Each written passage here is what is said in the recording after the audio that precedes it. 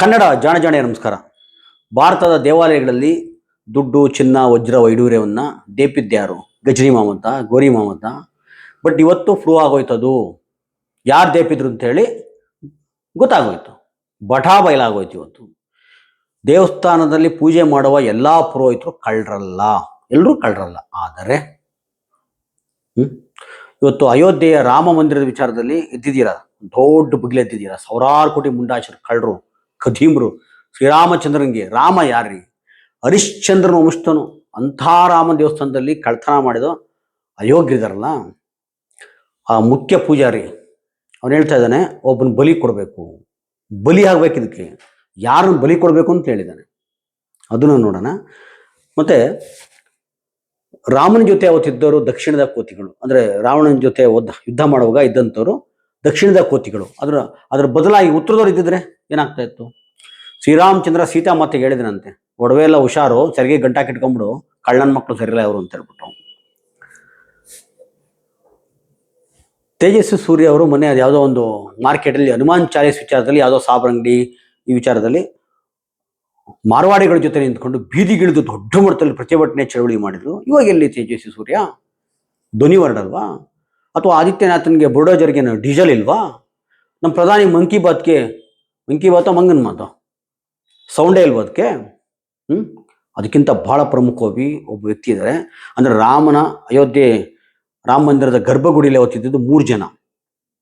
ಒಂದು RSSನ ಮೋಹನ್ ಭಾಗವತ, ಉಡುಪಿ ಪೇಜಾವರ ಸ್ವಾಮಿ, ಮತ್ತೊಬ್ಬ ಶೂದ್ರ ನರೇಂದ್ರ ಮೋದಿ. ಪೇಜಾವರ ಸ್ವಾಮಿ ಎಲ್ಲದಕ್ಕೂ ಗಂಟ್ಲರ್ಕಣ ಮನುಷ್ಯ. ಇವತ್ತೆಲ್ರಿ ರೋಡಿಗಿಳಿಬೇಕಲ್ವಾ? ಎಲ್ಲಿದ್ರಿ ಇವತ್ತು ನೀವು? ನೋಡೋಣ ಇದನ್ನೆಲ್ಲ. ಎಲ್ಲದಕ್ಕಿಂತ ಮುಂಚೆ ಮತ್ತು ಇನ್ನೊಂದು ಕೆಲವರು ಹೇಳ್ತಾರೆ, ಬರೀ ದೇವಾಲಯಗಳಲ್ಲಿ ಪ್ರಶ್ನೆ ಮಾಡೋದಾಗಾಯ್ತು ಅಂತ ಹೇಳ್ಬಿಟ್ಟು, ಅದನ್ನು ನೋಡೋಣ. ಅದಕ್ಕಿಂತ ಮುಂಚೆ ನಮ್ಮ ಕನ್ನಡ ಜಾಣ ಯೂಟ್ಯೂಬ್ ಚಾನಲ್ನ ಸಬ್ಸ್ಕ್ರೈಬ್ ಮಾಡಿ, ನಮ್ಮ ಸಪೋರ್ಟ್ ಮಾಡಿ ಅಂತ ಹೇಳ್ತಾ, ಫಸ್ಟ್ ಹೇಳ್ತೀನಿ, ಈ ಬಲಿ ಕೊಡೋ ವಿಚಾರದಲ್ಲಿ ಈ ತಗ್ಲಾಕೊಂಡಿದ್ರಲ್ಲ, ಅರೆಸ್ಟ್ ಮಾಡಿದ್ರಲ್ಲ, ಅದ್ರ ಒಬ್ಬ ಮಾತ್ರ ಯಾದವ್, ಶೂದ್ರ ಒಬ್ಬ. ಎಲ್ಲರೂ ಪುರೋಹಿತರೆ, ಎಲ್ಲರೂ ಬ್ರಾಹ್ಮಣರೆ, ಒಬ್ಬ ಮಾತ್ರ ಯಾದವ್. ಮುಖ್ಯ ಅರ್ಚಕ ಇದ್ರಲ್ಲ, ರಾಮ ದೇವಸ್ಥಾನ ಪೂಜೆ ಮಾಡೋನು, ಆತ ಹೇಳ್ತಾ ಇದ್ದಾನೆ, ಅವನಿಗೆ ಗಲ್ಲಿಗೆ ಏರಿಸ್ಬಿಡಿ, ಬಾಕಿಯರಿಗೆಲ್ಲ 6 ತಿಂಗಳು ಶಿಕ್ಷೆ ಕೊಡಿ ಅಂತ ಹೇಳ್ಬಿಟ್ಟು ಎಲ್ಲ ಕಡೆ ವಿಡಿಯೋ ಓಡಾಡ್ತಾ ಇದೆ, ನೋಡಿಬೇಕಾದ್ರೆ. ಅವ್ನು ಗಲ್ಲಿಗೆ ಏರಿಸ್ಬೇಕಂತೆ. ಆವಾಗ ಎಲ್ಲರೂ ಡೈವರ್ಟ್ ಆಗ್ಬಿಡ್ತಾರೆ. ದೊಡ್ಡ ಕಳ್ಳ ಸಿಗ್ತಾ, ಪನಿಷ್ಮೆಂಟ್ ಆಗೋಯ್ತು, ಹೆಂಗೆ ಮೋದಿ ಸರ್ಕಾರದಲ್ಲಿ ಟಕ್ಕಂತ ಗಲ್ಲಿಗೆ ಏರಿಸ್ತೀವಿ ಅಂತ ಹೇಳ್ಬಿಟ್ರು. ಇನ್ನು ಬಾಕಿಯವರೆಲ್ಲ 6 ತಿಂಗಳಿಗೆ ಬಿಡುಗಡೆ ಮಾಡ್ಬಿಡ್ಬೇಕಂತೆ. ಹೆಂಗಿದೆ ಮಜಾ? ಮತ್ತೆ ನಮಗೆಲ್ಲ ಚಿಕ್ಕವರಲ್ಲಿ ಇರ್ಬೇಕಾದ್ರೆ ಪಾಠ ಏನು ಹೇಳ್ಕೊಟ್ಟಿದ್ದು, ಗಜನಿ ಮಾಮೂದು, ಗೋರಿ ಮಾಮೂದು ಭಾರತದ ಮೇಲೆ ದಾಳಿ ಮಾಡ್ದ. ಅದು 1 ಸಲ ಅಲ್ಲ, 15 ಸಲ, 16 ಸಲ, ಎಷ್ಟೋ ಸಲ ದಾಳಿ ಮಾಡ್ದ. ಇಲ್ಲಿ ವಿಗ್ರಹಗಳನ್ನ ಕಿತ್ತು ಒಗದ, ಅಲ್ಲಿದ್ದಂಥ ಚಿನ್ನ, ವಜ್ರ, ವೈಡೂರ್ಯ, ದುಡ್ಡು ಎಲ್ಲವನ್ನೂ ದೇಪ್ಕೊಂಡು ಹೋದ ಅಂತ ಹೇಳ್ಬಿಟ್ಟು. ಅಲ್ಲ, ಅಲ್ಲೇ ಯಾಕಿಡ್ತಿದ್ರು ಅಂತ ಅದು ನೋಡೋಣ ಆಮೇಲೆ.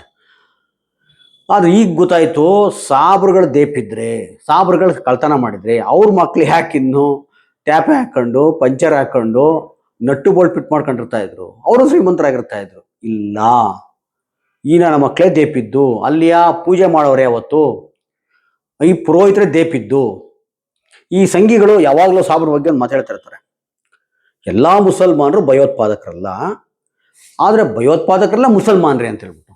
ಈಗ ಅದು ಬದಲಾಗಿದೆ. ಅದು ಎಲ್ಲ ದೇವಸ್ಥಾನದ ಪುರೋಹಿತರು ಕಳ್ಳರಲ್ಲ, ಲೂಟಿಕೋರರಲ್ಲ, ಅಯೋಗ್ಯರಲ್ಲ.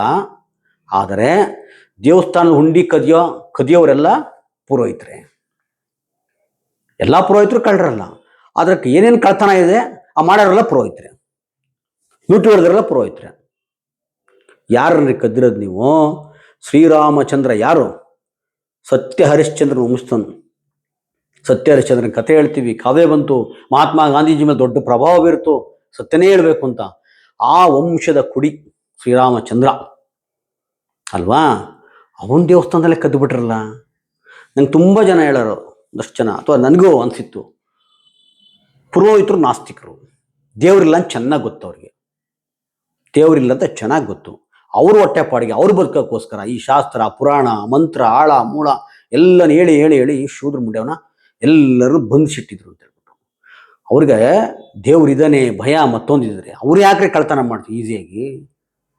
ಇನ್ನೂ ಒಂದು ಗೋರ್ವಾದ್ದಿದೆ, ಅದು ಹೇಳ್ಬೇಕೋ ಬೇಡೋ ಗೊತ್ತಾಗಲ್ಲ. ಗರ್ಭಗುಡಿ ಯಾಕಿತ್ತು, ಯಾವ ಕಾರಣಕ್ಕಿತ್ತು, ಏನು ಕಚ್ಚರಕ್ತ ನಡೀತಿತ್ತಲ್ಲಿ? ತುಂಬ ಜನ ಹೇಳ್ತಾರೆ ಅದನ್ನ. ಯಾಕೆ ಗರ್ಭಗುಡಿ ಇತ್ತು, ಏನು ನಡೀತಾ ಇತ್ತಲ್ಲ ಹಲ್ಕಟ್ಟು ಕೆಲಸ ಅಂತ ಹೇಳ್ಬಿಟ್ಟು. ಗೊತ್ತಿದ್ರೆ ಅರ್ಥ ಮಾಡ್ಕೊಡಿ, ಯಾರಾದ್ರೂ ಕಾಮೆಂಟ್ ಹಾಕಿ ಹೋಗಲಿ. ಶ್ರೀರಾಮಚಂದ್ರನಲ್ಲಿ ಕಳ್ತನ ನಿಮ್ಗೆ ಗೊತ್ತು ದೇವರಿಲ್ಲ ಅಂತ ಹೇಳ್ಬಿಟ್ಟು, ಅದಕ್ಕೆ ಧೈರ್ಯ. ದೇವರಿದನೇನು ಭಯ ಇದ್ದಿದ್ರೆ ತಿರುಪತಿ ತಿಮ್ಮಪ್ಪನ ಲಾಡಿಗೆ ಹಂದಿ ಕೊಬ್ಬು ಹಾಕ್ಬಿಟ್ಟು ಮಾಡ್ತಿದ್ರೆ ಅಂದರೆ ಕೋಟಿ ಕೋಟಿ ಜನರಿಗೆ ರಾಮ ಭಕ್ತರ ಭಾವನೆಗಳಿಗೆ ಚೆಲ್ಲಾಟ ಆಡ್ತಿದ್ರ. ರಾಮ ಜನ್ಮಭೂಮಿ ಈ ವಿವಾದ ತೀರ್ಪು ಬಂದಿದೆ ಹಂಗೆ ಜಡ್ಜು, ಬಹುಸಂಖ್ಯಾತರ ಭಾವನೆಗಳು ಕನ್ಸಲ್ಲೋಗಿ ರಾಮ ಹೇಳಿದ್ನಂತೆ. ಇವತ್ತು ಹೇಳಿದ್ವೇನಪ್ಪ ಜಡ್ಜ್ ಅವ್ರಿಗೆ, ನಿಮ್ಗೆ ಹೇಳಿಲ್ವಾ ಜಡ್ಜ್ ಅವರೇ? ಮಲಗಿದ್ರೆ ಇಲ್ಲಿ ರಿಟೈರ್ಡ್ ಆಗೋಯ್ತಲ್ಲ, ಎಲ್ಲ ಏನೇನು ಸಿಕ್ತು ಎಲ್ಲ ಕೊಟ್ಬಿಟ್ರಲ್ಲ ನಿಮಗೆ. ಹಿಂಗೆ ಕಳ್ತನ ಮಾಡ್ತಾರೆ ಅಂತ ಹೇಳಿರ್ಲಿಲ್ವಾ? ಭವಿಷ್ಯ ಹೇಳಿರ್ಲಿಲ್ವಾ? ತಿರುಪತಿಗೆ ತುಪ್ಪ ಸಪ್ಲೈ ಮಾಡ್ತಾರೆ ನಮ್ಮ ನಂದಿನಿಂದ, ಆಮೇಲೆ ಗುಜರಾತಿಗೆ ಕೊಟ್ಟರು ಯಾವುದೋ ಕಂಪ್ನಿಗೆ, ಅವ್ರ ಕೈಲಿ ಸಪ್ಲೈ ಮಾಡೋಕ್ಕಾಯ್ತಲ್ಲ, ಸಬ್ ಕಾಂಟ್ರಾಕ್ಟ್ ಕೊಟ್ಟರು ಯಾರೋ ತಮಿಳ್ನಾಡಿಗೆ ಮತ್ತು ಎಲ್ಲೋ. ಹಂದಿ ಕೊಬ್ಬು ವರ್ಷಾನ್ಗಟ್ಲೆ, ಒಂದು ದಿವಸ ಅಲ್ಲ ವರ್ಷಾನ್ಗಟ್ಲೆ. ಅಲ್ಲೆಲ್ಲ ಹಳ್ಳಿಗಳಲ್ಲಿ ಈ ವಾಟರ್ ಮ್ಯಾನ್ಗಳ ತಗೊಂಡೋಗಿ 15 ತಿಂಗಳಿಗೋ ನೀರು ತೊಗೊಂಡೋಗಿ ಲ್ಯಾಬಲ್ಲಿ ತೊಗೊಂಡು ಟೆಸ್ಟ್ ಮಾಡಿಸ್ಕೊಂಡ್ಬರ್ತಾರೆ. ಇದು ವರ್ಷಾನ್ಗಟ್ಲೆ ಹೆಂಗ್ರಿ ಮಾಡಿದ್ರು? ಅದು ಹೆಂಗೆ ಗೊತ್ತಾಯ್ತು ಜನಕ್ಕೆ? ಏನು ತಿಮ್ಮಪ್ಪ ಬಂದು ಹೇಳಿದ್ನಾ?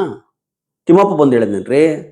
ಅವ್ರವ್ರ ದುಡ್ಡಿನ ಅದು ಬಂತಲ್ಲ ಒಡಕು ಹಂಚ್ಕೊಳ್ಳೋ ವಿಚಾರದಲ್ಲಿ, ಅವಾಗ ಹೊರಗೆ ಬಂತಿದೆಯಲ್ಲ, ಅಲ್ಲಿ ಗಂಟೆ ಬಂದಿರಲಿಲ್ಲ.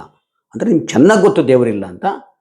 ಮುಗ್ಧ ಭಾವನೆಗಳನ್ನು ಬಳಸ್ಕೊಂಡು ಇವತ್ತು ದಗಾಕೋರರಾಗಿದ್ರು. ಇವತ್ತು ಶ್ರೀರಾಮಚಂದ್ರ ರಾವಣನ ಜೊತೆ ಹೋರಾಡುವಾಗ ಇದ್ದದ್ದು ದಕ್ಷಿಣದ ಕೋತಿಗಳಿದ್ರಂತ ಅವಾಗ. ಅದೇ ಉತ್ತರದವ್ರು ಇದ್ದಿದ್ರೆ ಗೆಲ್ಲಕ್ಕಾಗ್ತಿರಲಿಲ್ಲ, ರಾವಣನ ಸಾಯಿಸೋಕ್ಕಾಗ್ತಿರಲಿಲ್ಲ, ಸೀತೆನ ಕರ್ಕೊಬರಕ್ಕಾಗ್ತಿರ್ಲಿಲ್ಲ. ಯಾಕೆಂದ್ರೆ ಇವರೆಲ್ಲರೂ ಸಹ ರಾವಣನ ಜೊತೆ ಸೇರ್ಕೊಂಡ್ಬಿಡ್ತಿದ್ರು. ರಾಮನ ಕೈ ಕೊಟ್ಬಿಡ್ತಿರಲ್ಲ, ದ್ರೋಹಿಗಳಾಗ್ಬಿಡ್ತಾ ಇದ್ರು. ದಕ್ಷಿಣದ ಕಪಿಗಳಾಗೋದಕ್ಕೆ ನಿಯತ್ತಿಂದ ನಿಂತ್ಕೊಂಡ್ರು. ರಾಮ ಸೀತೆಗೆ ಹೇಳಿದನಂತೆ, ಹುಷಾರು ಕಳ್ಳನ ಮಕ್ಳಿವರು, ಒಡವೆ ಎಲ್ಲ ಹುಷಾರಾಗಿ ಇಟ್ಕೋ, ಸೆರಗಿಗೆ ಗಂಟು ಹಾಕೊಂಬಿಡು, ಮಲ್ಕೊಂಡವಾಗ ತಲ್ದಿಂಬಿಗೆ ಇಟ್ಕೊಂಬಿಡು, ಕಳ್ಳನ ಮಕ್ಕಳು ನಂಬಕ್ಕಾಗಲ್ಲ ಅಂತ ಹೇಳ್ಬಿಟ್ಟು ರಾಮ ಹೇಳಿದನಂತೆ ಅವ್ರಿಗೆ. ಈ ದೇಪಿದ್ದು ಯಾವತ್ತಿಂದ ನಮ್ಮಲ್ಲಿ ಮುಕುಂದರಾಜ್ ಹೇಳ್ತಾ ಇದ್ರು, ನಾವೆಲ್ಲ ಬರೀ 6 ತಿಂಗಳ ವರ್ಷಕ್ಕೆ ಪ್ಲ್ಯಾನ್ ಮಾಡ್ತೀವಿ, ಪುರೋಹಿತರು 500 ವರ್ಷಕ್ಕೆ ಪ್ಲ್ಯಾನ್ ಮಾಡ್ತಾರೆ ಅಂತ. ಇವ್ರು ಹೇಳ್ತಾರೆ 500 ವರ್ಷದ ಹೋರಾಟ ಅಂತ. 500 ವರ್ಷದ ಹೋರಾಟನ 5 ವರ್ಷಕ್ಕೆ ಮಂಡೆ ಮುಚ್ಚಿಬಿಟ್ರಲ್ಲಪ್ಪ. ಅಂದರೆ ಅವ್ರು ನಿಮ್ಮ ಪೂರ್ವಿಕರಿಗೆ ಕನಸು ಬಿದ್ದಿತ್ತು, ನಮ್ಮವ್ರಿಗೆ ಒಂದಷ್ಟು ಗಂಟೆ ಆಗಲಿ ಅಂತೇಳಿ ಬೇಸ್ಮೆಂಟ್ ಹಾಕಿ ಕಳಿಸಿದ್ರಾ ಅವತ್ತೇ? ಅವ್ರು ಹೇಳಿದ್ ನಿಜ ಆಗೋಯ್ತಲ್ಲ ಇವಾಗ. ಸರಿ ಮುಕುಂದರಾಜ್ ಮಾತು. ಆಮೇಲೆ ಇದು 90ರ ದಶಕ 92ರಲ್ಲಿ ಕೆಲವರು ಹೇಳ್ತಾ ಇದ್ರು, ನೀವೆಲ್ಲ ರಾಮ ಗಿಮ್ಮ ಅಸ್ತಿತ್ವ ನಂಬಲ್ಲ, ನೀವ್ಯಾರ್ರಿ ಮಾತಾಡೋಕ್ಕೆ ಅಂತ. ಅಯೋಗ್ಯರ ಥರ ಮಾತಾಡಬೇಡಿ. ನಾವೆಲ್ಲ ಚಿಕ್ಕ ಹುಡುಗರು ಅವಾಗ 92ರ ತುಂಬ ಚಿಕ್ಕ ಹುಡುಗರು. ಪ್ರತಿ ಹಳ್ಳಿಗಳಿಗೆ ಇಟ್ಟಿಗೆ ಕೊಟ್ಟಿದ್ರು, ಒಂದು ಕರೆಂಟ್ ಇಟ್ಟಿಗೆ, ದೊಡ್ಡ ಸೈಜ್ ಇಟ್ಟಿಗೆ ಕೊಟ್ಟಿದ್ರು. ನಾವು ಹೆಂಗೆ ದೇವಸ್ಥಾನ ಕೆರೆ ಹತ್ರ ಹೋಗಿ ಗಣೇಶನ ಥರ ಇದನ್ನು ಪೂಜೆ ಮಾಡ್ಕೊಂಡು ಓಲ್ಗ ಎಲ್ಲ ಇದು ಮಾಡ್ಕೊಂಡು ತಗೊಬಂದು ದೇವಸ್ಥಾನಕ್ಕೆ ಇಟ್ಟು 3 ದಿವಸನೋ 5 ದಿವಸನೋ ಪೂಜೆ ಮಾಡಿ ಪ್ರತಿದಿನ ಹಳ್ಳಿಗೆ ಹೋಗಿ ಎಣ್ಣೆ ಮತ್ತು ದುಡ್ಡು ಕಲೆಕ್ಷನ್ ಮಾಡ್ತಾ ಇದ್ವಿ. ಎಣ್ಣೆ ಯಾಕೆಂದರೆ ಇಟ್ಟಿಗೆ ಎದುರುಗಡೆ ದೀಪ ಉರಿಬೇಕು ಯಾವಾಗಲೂ 24 ಗಂಟೆ ಅಂತೇಳಿ ದುಡ್ಡನ್ನು ಕಲೆಕ್ಷನ್ ಮಾಡಿ ಕೊಟ್ಟವರು. ನಾವು ಚಿಕ್ಕ ಹುಡುಗರು, ನಮ್ಗೇನು ಗೊತ್ತವಾಗ. ಅವತ್ತಿಂದನೇ ಕಳ್ತನ ಶುರುವಾಯಿತು. ಚಿತ್ರಾನ್ನಕ್ಕೆ ಲ್ಯಾಟ್ರಿ ಹೊಡಿತಿದ್ದಂಥವ್ರು ಈ ಸಂಘಿಗಳು, BJPಗಳು ಇದೇ ದುಡ್ಡಲ್ಲಿ ಲೂಟಿ ಹೊಡ್ತಿದ್ವಿ. ಈ 2000 ಕೋಟಿ ಅಲ್ಲ, ಲಕ್ಷಾಂತರ ಕೋಟಿ ಲೂಟಿ ಹೊಡ್ತಿ. ಇದರಲ್ಲಿ ತಳೆ ಎಲ್ಲ ಬಿಡಲ್ಲ. ಯಾವ ರಾಮನ ಹೆಸರು ಹೇಳೋದು, ಒಂದು ಇದು ಮಾಡಿಸ್ಕೊಳೋದು, ಬಿಲ್ ಬುಕ್ ಮಾಡಿಸ್ಕೊಳೋದು, ದುಡ್ಡು ಹೊಡ್ಕೊಳೋದು. ಅವ್ನು ಯಾವನಿಂದ ಚಕ್ರವರ್ತಿ ಸೂಲಿಬೇಲೆ, ಅವ್ನು ಯಾರೋ ನಂಗೆ ಪರಿಚಯ, ಅವನ ಹತ್ರದಲ್ಲಿ ಇದ್ದಾನು ಸಿಕ್ಕಿದ್ದ ನನಗೆ. ಅವ್ರು ತುಂಬ ಹತ್ರದಲ್ಲಿದ್ದಾನು. ನಿಮ್ಗೆ ಗೊತ್ತಿಲ್ಲ ಜಗದೀಶ್ ಅವರೇ, ತುಂಬ ಲೂಟಿ ಹೊಡೆದ್ಬಿಟ್ರು ಸಾಹೇಬ್ರು. ಅದರಲ್ಲಿ ಬೇಜಾನ್ ದುಡ್ಡು ಮಾಡ್ಕೊಂಡ್ರು, ಬೇಜಾನ್ ಅದರಲ್ಲೇ ದುಡ್ಡು ಮಾಡಿದ್ದವರು. ಯಾಕೆ ಹಿಂಗೆ ಮಾತಾಡ್ತಾ ಇಲ್ಲಪ್ಪ? ಮತ್ತೆ ಇವತ್ತಿಂದ ಅಲ್ಲ, 90ರ ದಶಕದಿಂದನೇ ಇವರು ಚೆನ್ನಾಗಿ ಲೂಟಿ ಹೊಡೆದ್ರು. ಇನ್ನು ನಾನು ಕೇಳೋದು, ಈ ಪೇಜಾವರ ಸ್ವಾಮಿಗಳಿದಾರಲ್ಲಪ್ಪ, ಎಲ್ರಿ ಬೀದಿಗಳು ಪ್ರತಿಭಟನೆ ಮಾಡ್ಬೇಕಲ್ರಿ? ಎಲ್ಲಿದ್ದೀರಿ ನೀವು? ನಿಮ್ಗೆ ಅಂಥ ಸಾಕ್ಷಿ ಇಲ್ವಾ? ಅವ್ರಿಗಪ್ಪ ಬೇರೆಗಿಲ್ಲಪ್ಪ, ಹೋಗ್ಲಿ ಸಂಸಾರಸ್ಥರು. ನಿಮ್ಗೇನು ಎಲ್ಲ ಬಿಟ್ಟು ನಿಂತಾರೆ, ನಿಮ್ಗಿರ್ಬೇಕಲ್ವಾ? ಯಾಕೆ ಅವ್ರನ್ನ ದೊಡ್ಡ ಮಟ್ಟದಲ್ಲಿ ಕೇಳ್ತೀವಿ ಅಂದರೆ, ಅವತ್ತು ಅಯೋಧ್ಯೆ ರಾಮ ಮಂದಿರದಲ್ಲಿ ಗರ್ಭಗುಡಿಯಲ್ಲಿ ಇದ್ದವ್ರು 3 ಜನ. ಅವ್ನು ಮೋಹನ್ ಭಾಗವತ್ ಅಂದ RSS ಅವನು, ಪೇಜಾವರ ಸ್ವಾಮಿ, ಮತ್ತು ಮೋದಿನ ಒಬ್ಬ ಶೂದ್ರ. 3 ಜನ ಇದ್ರು. ಬೇರೆ ಯಾವ ಜಾತಿ, ನಮ್ಮ ಚುಂಚನಗಿರಿಯವ್ರನ್ನೋ ಸುತ್ತೂರ್ನ ಯಾರು ಒಳಗೆ ಬಿಟ್ಟಿರಲಿಲ್ಲ ಇಲ್ಲ. ಇವರೆಲ್ಲ ಶೂದ್ರು ಅಂತ ಹೊರಗೆ ನಿಲ್ಲಿಸಿದ್ರು ಇವ್ರನ್ನೆಲ್ಲ, ಅಲ್ವಾ? ಎಲ್ಲಪ್ಪ ಮತ್ತೆ ಪೇಜಾವರ ಸ್ವಾಮಿಗಳ ನೀವು ದೊಡ್ಡ ಮಾಡ್ತಾರೆ, ಬೀದಿಗಿಳಿಬೇಕಲ್ಲ. ಅದೇನೋ ಮೊಟ್ಟೆ ಕೊಡೋ ವಿಚಾರಕ್ಕೆ ಫಡಕ್ ಅಂತ ಓಡ್ಬರ್ತೀರಾ, ನಂದೆಲ್ಲಿ ಇಡ್ಲಿ ಅಂತ. ಬ್ರಾಹ್ಮಣರ ಹೆಣ್ಮಕ್ಳು ಬೇರೆಯವ್ರ ಮದುವೆ ಆಗ್ತಾರೆ ಅಂತ ಹೇಳ್ಬಿಟ್ಟು ಅದ್ರ ಬಗ್ಗೆ ಮಾತಾಡ್ತೀರಾ. ಅಲ್ಲ, ಸನ್ಯಾಸಿಗೆ ಸಂಸಾರ ಚಿಂತೆ ಗೊತ್ತಿಲ್ಲ ನನಗೆ. ಇಷ್ಟೆಲ್ಲ ಮಾತಾಡೋ ನೀವು, ಇದನ್ನ ಯಾಕೆ ಮಾತಾಡ್ತಾ ಇಲ್ಲ?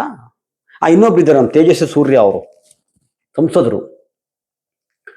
ಹನುಮಾನ್ ಚಾಲೀಸ್ಯಾದ ಆಡೋನು ಯಾವನು ಹಾಕಿದ್ನೋ ಬಿಟ್ನೋ ಯಾವ ಸಾಬ್ರ ಅಂಗಡಿ ಮಾರವಾಡಿಗಳ ಪರವಾಗಿ ಏನು ದೊಡ್ಡ ಮಾಡ್ತಾರೆ, ಬೀದಿಗಿಳಿದ ಏನು ಪ್ರತಿಭಟನೆ, ಏನು ಅಬ್ಬರಿಷ್ ಬಬ್ಬರಿದ್ದೇನು ಇವತ್ತೆಲ್ಲಪ್ಪ ಗಂಟ್ಲೆ ಒಳಗೆ ಹೋಗ್ಬಿಟ್ಟಿದೆ. ಹಣ ಎಲ್ಲಿದೆಯಾ ಇವತ್ತು? ಬಾರಣ ಮಾತಾಡೋ, ಬಾ ಮಾತಾಡೋ. ಕೆಲವ್ರು ಹೇಳ್ತಾರೆ ಇಂಥದ್ದು ಯೋಗಿ ಮಾಡಲ್ ಬರಬೇಕು, ಬುಲ್ಡೋಜರ್ ಬರಬೇಕು ಅಂತ. ಈಗ ಬುಲ್ಡೋಜರ್ಗೆ ಏನಿಲ್ವಾ? ಡೀಸೆಲ್ ಇಲ್ವಾ? ಖಾಲಿ ಆಗ್ಬಿಟ್ಟಿದ್ಯಾ? ಖಾಲಿ ಹೊಟ್ಟು ಡೀಸೆಲು. ಮೋದಿಯವ್ರ ಮನ್ ಕಿ ಬಾತ್ ಸೌಂಡೇ ಬರ್ತಾ ಇಲ್ಲ. ನಾನು ತಿನ್ನಲ್ಲ, ಇನ್ನೊಬ್ರಿಗೆ ತಿನ್ನಕ್ಕೆ ಬಿಡಲ್ಲ. ನೀನು ಗುಲಾಮರು ಮಾಡ್ಕೊಂಡ್ರಲ್ಲ ಅವ್ರು ತಿಂತವ್ರೆ, ಗುಲಾಮರು ಮಾಡ್ಕೊಂಡ್ರು ತಿಂತಾ ಇದ್ರಿ. ಕೆಲವರು ಹೇಳ್ತಾರೆ ರಾಮನ ಮತ್ತೆ ಈ ಕೆಲವು ಟಿ ವಿಲಿ ಅಜಿತ್ ಹನುಮಕ್ಕನವರೆಲ್ಲ ಹೇಳೋದು ಬರೀ ದೇವಸ್ಥಾನಗಳ ಪ್ರಶ್ನೆ ಮಾಡ್ತಿರಲ್ಲ ಅಂತ. ಅಣ್ಣ, ಮಸೀದಿನೋ ಚರ್ಚೋ ಗುರುದ್ವಾರನೋ ಮತ್ತೊಂದೋ ಮಗದೊಂದೋ ಅಥವಾ ಇನ್ನೂ ಬೇರೆ ಬೇರೆ ದೇವಸ್ಥಾನಗಳು ಕಳ್ತನ ಇದ್ರೆ ನಿನಗೆ ಇದ್ರು ಹೇಳು, ನಿನ್ ಮೀಡಿಯಾ ಇದೆಯಲ್ಲ, ಪಬ್ಲಿಕ್ ಮಾಡು. ಮತ್ತು ಅಷ್ಟಕ್ಕೂ ಒಂದು ತಿಳ್ಕೊಬೇಕು ನಾವು, ಇಡೀ ದೇಶಾದ್ಯಂತ ದೇವಸ್ಥಾನಕ್ಕೋಸ್ಕರ ದುಡ್ಡು ಎತ್ತಿದ್ದು ರಾಮನ ದೇವಸ್ಥಾನಕ್ಕೆ. ಯಾರೋ ಮಸೀದಿ ಕಟ್ಟಕ್ಕೋ ಚರ್ಚ್ ಕಟ್ಟಕ್ಕೋ ಇನ್ಯಾವನೋ ಈ ಥರ ದುಡ್ಡು ಎತ್ತಿರಲಿಲ್ಲ. ಅವರು ಯಾವುದೋ ದೇವಸ್ಥಾನ ಕಟ್ಟಲ್ಲಿ ತುಂಬ ಜನ ಕೇಳ್ತಾರೆ ಬೇರೆ ದೇವಸ್ಥಾನದಲ್ಲಿ ಇಲ್ವಾ ಅಂತ. ಇರ್ಬೋದು, ಅವರ ಊರಲ್ಲಿ ಸುತ್ತಮುತ್ತನೋ ಗೊತ್ತಿರತ್ತೆ ದುಡ್ಡು ಎತ್ತಾರೆ. ಇವರು ಇಡೀ ದೇಶಾದ್ಯಂತ ದುಡ್ಡು ಎತ್ತಿದ್ರು, ಅದನ್ನು ರಾಜಕೀಯ ತೆವಲಿ ಬಳಸ್ಕೊಂಡ್ರು, ಅಧಿಕಾರಕ್ಕೆ ಬಂದರು. ಹಾಗಾಗಿ ಪ್ರತಿಯೊಬ್ಬರು ಕೇಳುವ ಹಕ್ಕಿದೆ. ಅಯೋಧ್ಯೆ ರಾಮ ಮಂದಿರಕ್ಕೆ ಎತ್ತಿರೋ ದುಡ್ಡನ್ನ ಬೇರೆ ಯಾರು ಎತ್ತಿಲ್ಲ. ಹೆಂಗಾರೆ ಎಷ್ಟು ಜನ ಹಾಕ್ರಪ್ಪ ನೋಡೋಣ, ನಾವು ಮಸೀದಿ ಕೊಟ್ಟಿದ್ವಿ, ಚರ್ಚಿಗೆ ಕೊಟ್ಟಿದ್ವಿ ಅನ್ನೋರು. ಆಯಿತು, ಇದ್ರು ಸಾಲ ಭ್ರಷ್ಟಾಚಾರ ಇದ್ರು, ನಿನಗೆ ಗೊತ್ತಿದೆಯಲ್ಲ, ಹೇಳ್ತಾ ಇದೆಯಲ್ಲ ಕೇಳಲ್ಲ ಅಂತ ಹೇಳ್ಬಿಟ್ಟು ನೀನು ಬಯಲ್ ಮಾಡು. ಈಗ ಇಷ್ಟು ದಿವಸ ಯಾಕೆ ಕೇಳಲಿಲ್ಲ? ಸುಮ್ಮನೆ ಹೇಳಿದ್ರೆ ಬಯಲಾಗೋತ್ತಿಗೆ ಇವ್ರ ಯೋಗ್ಯತೆ ಬಯಲಾಗೋತ್ತಿಗೆ ಎಲ್ಲರೂ ಕೇಳ್ತಾ ಇದ್ದಾರೆ. ಹಂಗೇನೆ ಯಾವುದೋ ಮಸೀದಿಲಿ ಹಿಂಗೆ ಭ್ರಷ್ಟಾಚಾರ ಮತ್ತೊಂದು ಹಿಡಿದ್ರೆ ನಿಮ್ಮ ಹತ್ರ ಇದ್ರ ದಾಖಲೆಗಳಿದ್ದಾಗ ನಿನ್ನ ಮೀಡಿಯಾ ಇದೆಯಲ್ಲಪ್ಪ, ಕೊಡಿ 24 ಗಂಟೆ, ಯಾವನ್ ಬೇಡ ಅಂತಾನೆ. ಇನ್ನು ಕೆಲವರು ಎಷ್ಟೊಂದು ಅಸಹ್ಯವಾಗಿ ಕೇಳ್ತಾರೆ ಅಂದರೆ, ರಾಮನ ಅಸ್ತಿತ್ವದ ಬಗ್ಗೆ ನಂಬಿಕೆ ಇಲ್ದವ್ರು ನೀವು ಯಾಕೆ ಕೇಳ್ತೀರಾ? ಹಂಗಾರೆ ಯಾವುದೋ ಒಂದು ಪಕ್ಷಕ್ಕೆ ನೀವು ಓಟ್ ಹಾಕಿಲ್ಲಪ್ಪ, ಕೇಳಂಗೆ ಇಲ್ವವ್ರನ್ನ? ಯಾರ್ಯಾರು ಆ ಪಕ್ಷಕ್ಕೆ ಓಟ್ ಹಾಕಿ ಅವ್ರು ಮಾತ್ರ ಕೇಳಬೇಕಾ? ರೀ, ನಾವು ರಾಮನ್ ಯಾವತ್ತೂ ವಿರೋಧ ಮಾಡಿರಲಿಲ್ಲ. ರಾಮ ಪುರಾಣದಲ್ಲಿದ್ದಂಗೆ, ಮಹಾಕಾವ್ಯದಲ್ಲಿದ್ದ ರಾಮನ್ನ, ಪುರಾಣದಲ್ಲಿದ್ದ ರಾಮನ್ನ ನಾವು ಇಷ್ಟಪಟ್ಟಿದ್ರು. ಗಾಂಧಿ ರಾಮನ್ನ, ಕುವೆಂಪು ರಾಮನ್ನ. ಗಾಂಧಿ ಆದರ್ಶದ ರಾಮ ಅಂತ ತೊಗೊಂಡಿದ್ರು, ಕುವೆಂಪು ಮಹಾಕಾವ್ಯದ ರಾಮ, ಪುರಾಣದ ರಾಮ. ಅವ್ರ ಪಾಡಿಗೆ ಅವ್ರು ಇದ್ರು, ಯಾರು ಏನು ತಲೆ ಕೆಡಿಸ್ಕೊಂಡಿರಲಿಲ್ಲ. ನೀವು ರಾಮನ್ ತಂದು ಬೀದಿಗಿಟ್ಟಾಗ, ರಾಮನ್ ತಂದು ರಾಜಕೀಯಕ್ಕೆ ಬಳಸ್ಕೊಂಡಾಗ, ನಿಮ್ಮ ತೆವಳುಗಳಿಗೆ ಬಳಸ್ಕೊಂಡಾಗ, ದುಡ್ಡಿಗೆ ಬಳಸ್ಕೊಂಡಾಗ ನೀವು ತಾನೇ ಬೆತ್ತಲೆ ಮಾಡಿ ಕೂರಿಸಿದ್ರಲ್ಲಪ್ಪ. ಜಗತ್ತು ಚೀತಿಂದ ಉಗಿತಾ ಇದೆಯಲ್ಲ, ನಿಮಗೆ ನಾಚಿಕೆ ಆಗಲ್ವಾ? ಬರೀ 5 ವರ್ಷಕ್ಕೆ ಸಾವಿರಾರು ಕೋಟಿ ಲೂಟಿ ಮೊದಲಿಂದ ಹೊಡ್ಕೊಂಬಂದಿರು ಬಿಡಿ, ಲೆಕ್ಕನೇ ಇಲ್ಲ. ಬೇಜಾರು ಸ್ವಾಮಿಗಳು ಹೇಳ್ತಾರೆ, ಮನೆ ಆ ಬೆಳ್ಳಿಟಿಕೆ ಕೊಟ್ಟರಲ್ಲ, ಬೆಳ್ಳಿಟಿಕೆ ಅದು ರಸೀದಿ ಕೊಟ್ಟಿಲ್ಲ ಅಂತ ಹೇಳಿದ್ರೆ ತಗೊಂಡಿರೋದು ತಪ್ಪು ಅಂತ ಆ ಅರ್ಥದಲ್ಲಿ ಮಾತಾಡ್ತಾರೆ. ತಗೊಂಡೇ ಇರೋದು ತಪ್ಪು, ತಗೋತಾನ ಬಿಡ್ತು, ನೀವು ಕೊಡ್ಬೇಕ್ರಿ ಅಲ್ವಾ? ಈಗಲಾರು ನಮ್ಮ ಶೂದ್ರ ಶಿಖಾಮಣಿಗಳೇ ಅರ್ಥ ಮಾಡ್ಕೊಳ್ಳಿ. ಅವ್ರಿಗೆ ಚೆನ್ನಾಗಿ ಗೊತ್ತು ಅಷ್ಟು ಧೈರ್ಯ ಹೆಂಗೆ ಬಂತು, ಲೂಟಿ ಹೊಡೆಯಕ್ಕೆ ಧೈರ್ಯ ಹೆಂಗೆ ಬಂತು ಅಂದರೆ ಅಲ್ಲಿಲ್ಲ, ರಾಮನೂ ಇಲ್ಲ, ಯಾರೆಲ್ಲ ಚೆನ್ನಾಗಿ ಗೊತ್ತು. ಆ ಧೈರ್ಯದಿಂದನೇ ಮುಂಡಾಯಿಸಿದ್ರು, ಬೋಳಿಸಿರೋದವರು. ಹಂಗಾಗಿ ನೀವು ಇದಕ್ಕೋಸ್ಕರ ಇನ್ಯಾವನ್ಗೆ ಹೊಡ್ಕೊಂಡು ಜೈಲ್ಗೆ ಹೋದ್ನ. ಈ ದೊಡ್ಡ ಗಲಾಟೆ ಎಷ್ಟು ರಕ್ತ ಹರಿತ್ರಿ 90ರ ದಶಕದಿಂದ. ಯಾರು ಸತ್ರಿ? ಯಾವ ಸಮುದಾಯದ ಸತ್ರು? ಅಧಿಕಾರ ಅನುಭವಿಸ್ತಾ ಇರೋರು ಯಾವ ಸಮುದಾಯದವ್ರು ಸತ್ರು? ಯೋಚನೆ ಮಾಡ್ಬೇಕು. ಎಂತೆಂಥ ಮಾತುಗಳು. ಅವನು ಜಗದೀಶ್ ಕಾರಂತ ಅಂತ ಒಪ್ಪಿದ್ದ. ಏನು ಮಾತುಗಳು ಇವರು ಅಯೋಗ್ಯರದವ್ರದ್ದೆಲ್ಲ. ಯಾರ ಮಕ್ಕಳು ಸತ್ರು? ರಕ್ತದ ಕೋಳಿ ಎರಿಸ್ತಾರಲ್ಲಪ್ಪ, ಹಿಂಗೆ ಲೂಟಿ ಹೊಡಿಯಾಕ ನೋಡೋಣ. ಇದನ್ನೇ ನಾವು ರಾಮರಾಜ್ಯ ಅಂತ ಹೇಳ್ಬಿಟ್ಟು ನಮ್ಗೆ ಗೊತ್ತಿಲ್ಲ. ನಮಸ್ಕಾರ.